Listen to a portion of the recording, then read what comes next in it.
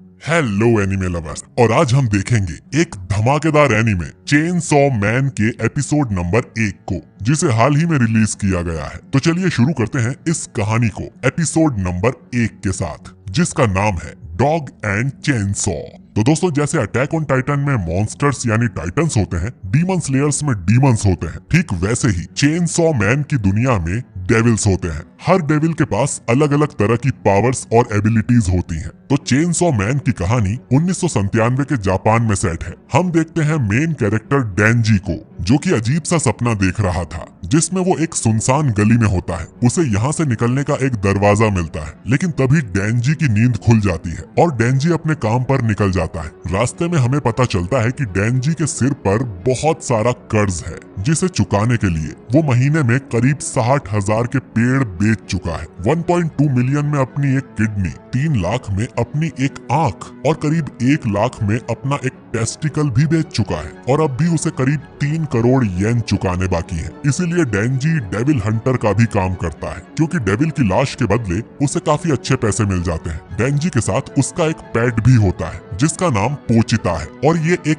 Chain saw devil है। पोचिता के भौंकने से डेंजी समझ जाता है कि आसपास कोई डेविल है। ये एक टोमेटो डेविल था। डेंजी पोचिता को एक चेन सॉ की तरह यूज करता है और उस टोमेटो डेविल को मार गिराता है। इसके बाद हमें डेंजी की बैक स्टोरी दिखाई जाती है, जब वो करीब 10 साल का था। असल में ये सारा कर्जा डेंजी के फादर के ऊपर था, जो कि उन्होंने याकुजा गैंग के एक ओल्ड मैन से लिए थे। क्योंकि वो कर्जा चुकाने लायक नहीं थे, तो उन्होंने खुद की जान ले ली थी, जिससे कि वो सारा कर्जा अब डेंजी के सिर पर आ गया था। जिस दिन डेंजी के फादर को दफनाया गया था, उसी दिन ओल्ड मैन डेंजी से कहता है, कल तक 7 लाख का इंतजाम कर लेना, वरना हम तुम्हारे टुकड़े टुकड़े कर देंगे। कुछ देर के बाद ही डेंजी के पास एक चेन सॉ डेविल आता है, जिसे देख शुरू में डेंजी डर जाता है, लेकिन फिर वो देखता है कि ये डेविल पहले ही घायल है, यानी कि वो दोनों मरने वाले हैं। लेकिन फिर डेंजी डिसाइड करता है कि उन्हें एक दूसरे की हेल्प करनी चाहिए। डेंजी ने सुना था कि इंसान का खून पीने से डेविल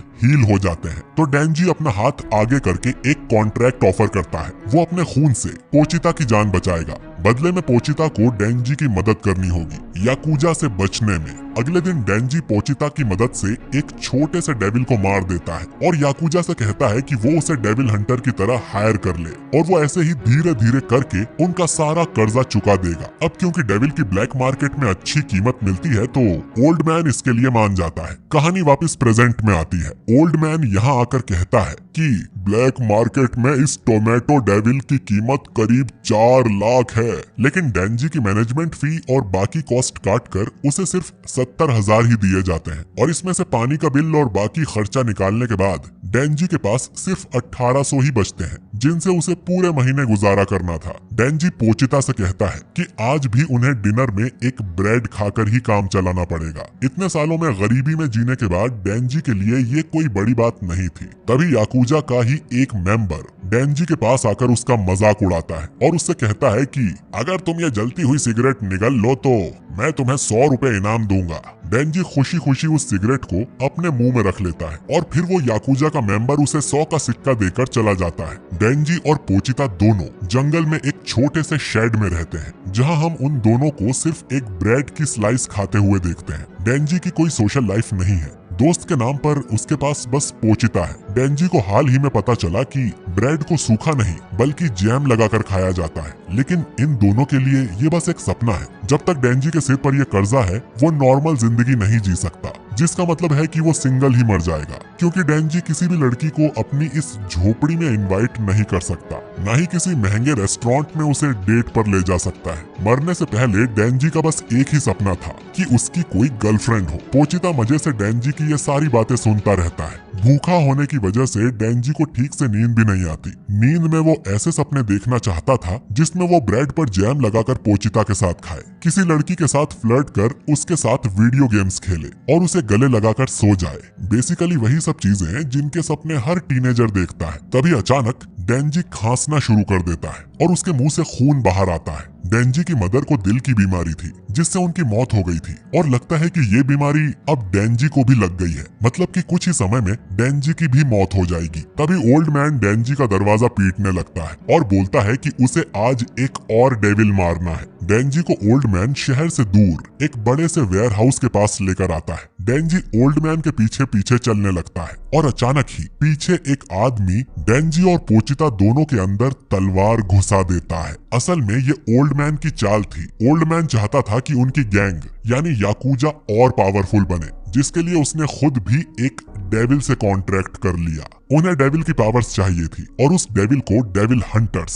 लेकिन याकूजा के लोग बहुत ही बड़े मूर्ख थे क्योंकि उन्होंने एक ज़ॉम्बी डेविल से कॉन्ट्रैक्ट किया था जिसकी पावर्स थी कि वो इंसानों को ज़ॉम्बी बना सकता है, जिसके बाद वो ज़ॉम्बी डेविल के गुलाम बन जाते हैं। तो बेसिकली सभी याकूजा अब ज़ॉम्बी डेविल के इशारों पर काम करेंगे और क्योंकि इसे डेविल हंटर्स से नफरत है तो वो अपने सभी ज़ॉम्बीज को ऑर्डर देता है कि वो डेंजी के टुकड़े टुकड़े करके कचरे में डाल दे। डेंजी किसी तरह से यहाँ से भागने की कोशिश करता है लेकिन कोई फायदा नहीं होता। सभी ज़ॉम्बी उसे बार बार स्टैब करते हैं। मरते हुए डेंजी सोचता है कि उसे तो अमीर बनने की भी चाह नहीं थी, वो सिर्फ एक नॉर्मल जिंदगी जीना चाहता था, लेकिन वो भी उसके नसीब में नहीं है। खैर, ज़ॉम्बी डेंजी और पोचिता के टुकड़े टुकड़े करके दोनों को कचरे की पेटी में डाल देता है। डेंजी की मौत हो चुकी थी और पोचिता भी बस मरने ही वाला था, लेकिन तभी डेंजी का एक बूंद खून पोचिता के मुंह में आ गिरता है जिससे कि पोचिता थोड़ा हील हो जाता है और उसे डेंजी की कही एक बात याद आती है। जब वो एक्स्ट्रा पैसे कमाने के लिए पेड़ काटा करता था तब डेंजी ने पोचिता से कहा था कि एक दिन वो जरूर डेविल्स से लड़ता हुआ मारा जाएगा, जिसके बाद पोचिता या तो भूख से मारा जाएगा या तो कोई डेविल हंटर उसे मार देगा।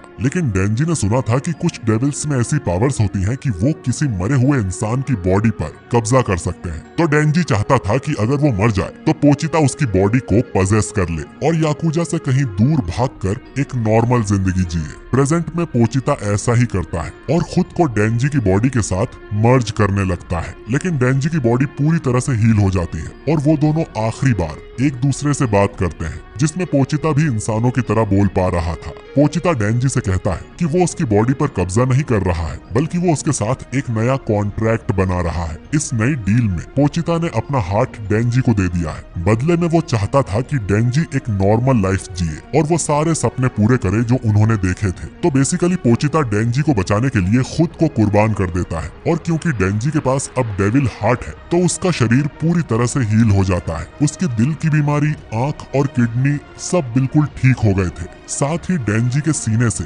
एक डोरी बाहर निकल रही थी जो कि असल में पोचिता की पूंछ हुआ करती थी, जिसे खींचने पर पोचिता की चेन सॉ चालू होती थी। डेंजी को जिंदा देख ज़ॉम्बी डेविल फिर से अपने ज़ॉम्बीज को उसे मारने भेजते हैं। डेंजी मन में सोचता है कि इन लोगों के पास तो इतनी अच्छी लाइफ थी, फिर इन्हें और क्या चाहिए था जो कि इन्होंने डेविल से कॉन्ट्रैक्ट कर लिया। डेंजी को समझ आता है कि इंसान को जितना भी मिले उसे कम ही लगता है और उसे कभी संतोष नहीं होता, जिसके लिए डेंजी उन्हें दोष नहीं देता। लेकिन क्योंकि ये लोग डेंजी के सपने के बीच में खड़े थे तो उसे इन सबको मारना ही पड़ेगा। ये कहकर डेंजी अपनी डोरी खींचता है, तभी ढेर सारे ज़ॉम्बी उसे नीचे गिरा देते हैं। अचानक यहाँ एक चेन सॉ चालू होने की आवाज आती है और डेंजी ज़ॉम्बी के ढेर को काटते हुए बाहर निकलता है। असल में पोचिता की चेन सॉ पावर्स अब डेंजी में ट्रांसफर हो चुकी है। उसके दोनों हाथ और सिर पे चेन सॉ आ गई थी और इस तरह डेंजी चेन सॉ मैन बनता है। अब डेंजी ज़ॉम्बी को काटते हुए ज़ॉम्बी डेविल तक जाता है और उसे भी बीच में से काट कर मार देता है। डेविल के मरने के बाद भी सभी ज़ॉम्बीज डेंजी की तरफ बढ़ने लगते हैं। डेंजी को समझ आता है कि अगर उसने इन सबको मार दिया तो वो कर्जे से मुक्त हो जाएगा, क्योंकि याकूजा में कोई जिंदा ही नहीं बचेगा। साथ ही इन लोगों ने उसे डेविल मारने के लिए हायर किया, तो डेंजी वही कर रहा है। अब डेंजी एक एक करके सभी ज़ॉम्बीज को गाजर मूली की तरह काटना शुरू कर देता है। कुछ देर में सुबह हो जाती है और इस वेयर हाउस के पास एक और गाड़ी आकर रुकती है। इसमें कुछ पब्लिक सेफ्टी डेविल हंटर्स बाहर निकलते हैं जो कि असल में गवर्नमेंट के लिए काम करते हैं और ये लोग भी यहाँ ज़ॉम्बी डेविल को मारने ही आए थे। लेकिन ये देखते हैं कि यहाँ सिर्फ ज़ॉम्बीज की लाशें पड़ी हुई हैं। जिनके बीच में डेंजी खड़ा था। एक आदमी को लगता है कि ये आदमी भी कोई डेविल होगा, लेकिन माकीमा की सूंघने की शक्ति काफी तेज है, जिससे वो बताती है कि ये ना तो कोई इंसान है और ना ही कोई डेविल। माकीमा डेंजी के पास आती है और डेंजी पीछे गिरने लगता है। गिरते हुए वो माकीमा से उसे गले लगाने को बोलता है, जो कि वो करती है, जिससे कि डेंजी के चेन सॉ पार्ट्स पिघल जाते हैं और वो वापस एक इंसान की तरह दिखने लगता है। अब माकीमा डेंजी को दो ऑप्शंस देती है, या तो वो उसे डेविल समझकर उसे मार सकती है, या तो वो उसे अपना पालतू बनाकर अपने साथ रखेगी। डेंजी मरना तो नहीं चाहता था, तो वो माकीमा से पूछता है कि नाश्ते में मुझे क्या मिलेगा, जिस पर माकीमा सोचते हुए बोलती है कि बटर और जैम लगा हुआ ब्रेड, सैलेड, कॉफी और कुछ मीठा भी। और ये सब खाना तो डेंजी के लिए सपने जैसा था, तो वो तुरंत माकीमा का पालतू बनने के लिए मान जाता है। और एपिसोड का title dog and chain saw. वहीं अब डेंजी के पास भी चेन सॉ है और लोग उसे एक डॉग की तरह ट्रीट करते हैं। खैर दोस्तों, मापा स्टूडियो ने इस एपिसोड में बहुत ही बढ़िया काम किया है। हालांकि इस एपिसोड में भर भर के सीजी का यूज किया हुआ है, लेकिन वो आंखों को चुभता नहीं है और आप ध्यान से देखोगे तभी पता चलेगा कि कौन सा सीन सीजी